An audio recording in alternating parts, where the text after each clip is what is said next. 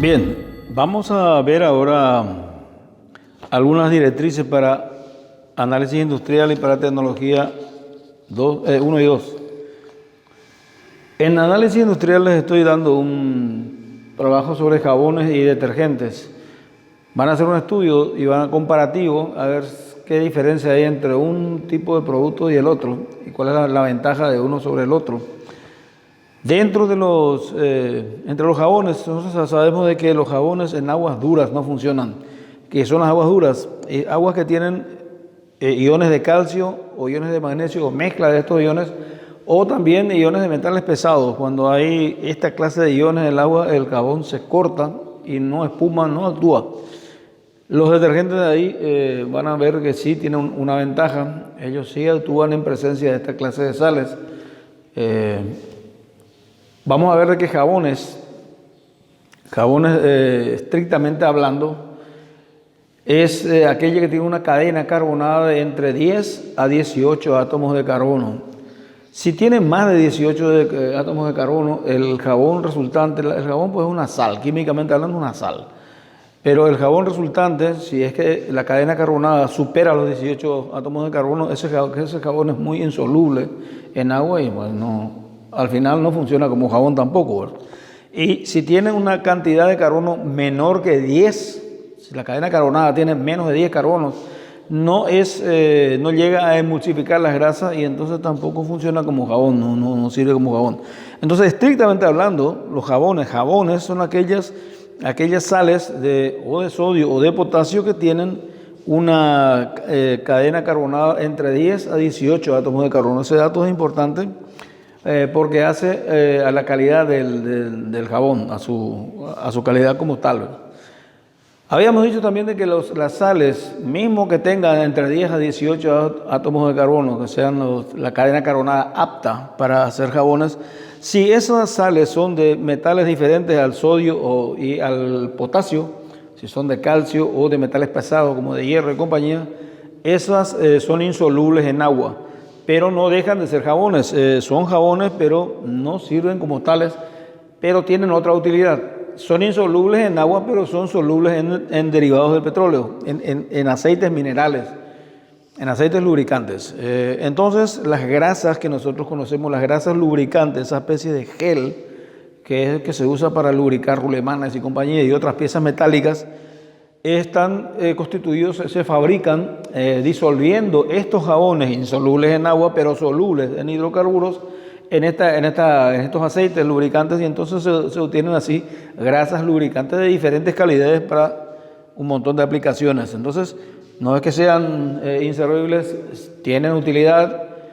También se utilizan para recubrir los moldes de los artículos de plástico. Por ejemplo, el molde para fabricar un balde de plástico se recubre con unos jabones de estos que son insolubles en agua, pero sí sirven para permitir que el plástico no se adhiera al molde, el material ya formado no se adhiera al molde y se pueda sacar con facilidad de ese molde. Esa utilidad también tienen los jabones. Les dejo estas cosas para que ustedes investiguen.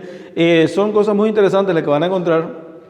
Los detergentes, cuando hicieron su aparición, fue todo un suceso porque, como les había dicho, tiene una ventaja sobre los jabones de que las sales de estos detergentes, las sales de metales alcalinos térreos, como sales de calcio y de magnesio, y las sales de metales pesados, son lo suficientemente solubles en agua, de modo que ellos pueden tener esa acción detergente en los lugares donde los jabones no pueden hacerlo. Entonces, esa fue una gran ventaja al principio, y se hicieron y encontraron que cuanto más ramificada y más grande era la cadena, mejor acción de limpieza tenían estos detergentes. Pero hubo un problema.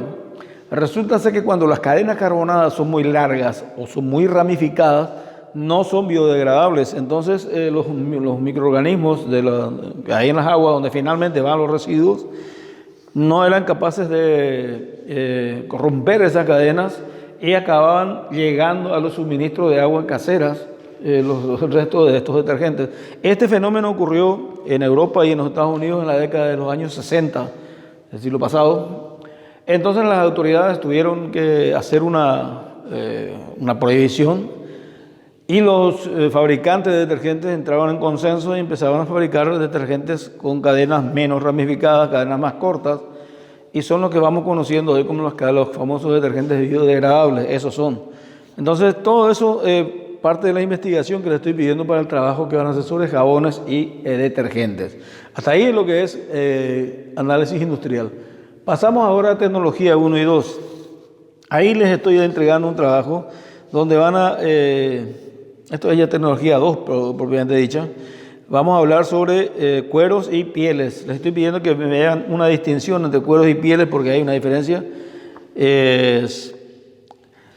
Vamos a ver las características de los cueros de ganado, qué características tienen el cuero de ganado productor de carne y qué características tiene el cuero del ganado productor de leche. Hay diferencias, van a investigar eso.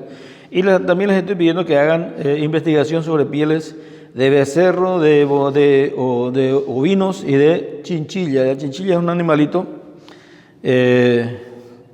más o menos como el conejillo de India, un poquito más grande, pero que tiene una piel muy preciada y de eso suelen hacer abrigos lujosos, abrigos muy caros.